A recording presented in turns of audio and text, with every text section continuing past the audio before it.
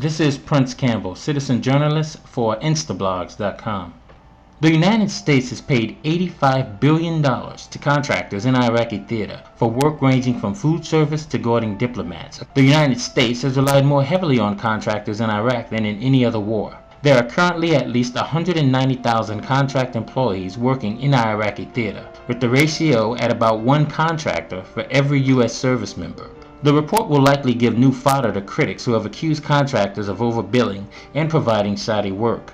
In the last year, U.S. contractors have been investigated in connection to the shooting deaths of Iraqis and in the accidental electrocution deaths of our own U.S. troops. Of the total paid to contractors, the CBO estimated that $6 billion to $10 billion went to pay for security operations. The study did not include figures for 2008, so the total paid since the invasion of Iraq in 2003 is probably much higher. The report was prepared for at the request of the Senate Budget Committee.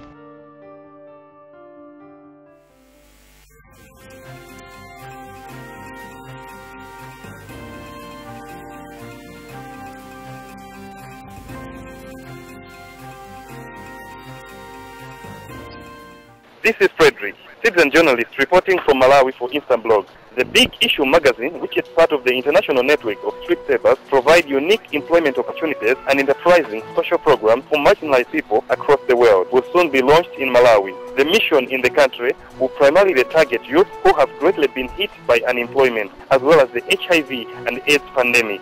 Marginalized people buy copies of the magazine at a price 50% or lower than cover price and sell them double the price to the public, keeping the process. With 50% of youth in the country unemployed, the measure offers job opportunity to Malawi's economically marginalized. When introduced, the magazine will encourage editorial voices missing from traditional media and will also provide a platform for consistent reports on poverty and social injustice, as well as writing and visual arts by marginalized people in society. It is high time Malawians moved from political articles, which have overflooded the country's papers, and began reading about social and developmental issues.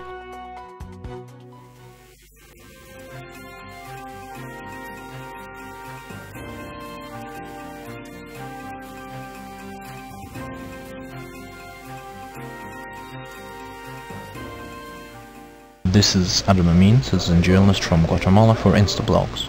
Guatemala City has reported nearly 140,000 cases of domestic violence against women in the past 7 years, of which only 2% of the crimes have been solved.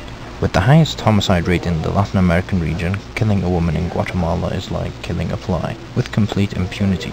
Domestic violence and sexual harassment are not even classified as crimes by Guatemalan law. The education system develops a stereotype where women are raised to see violence and dependence on men as a normal part of their marriage, which lead to incidents of violence going unreported.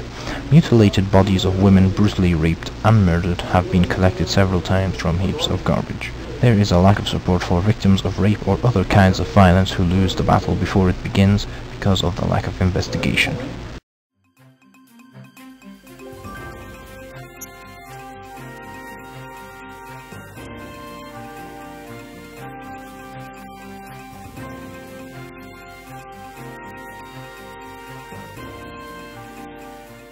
This is Radhika, citizen journalist from India reporting for Instablogs.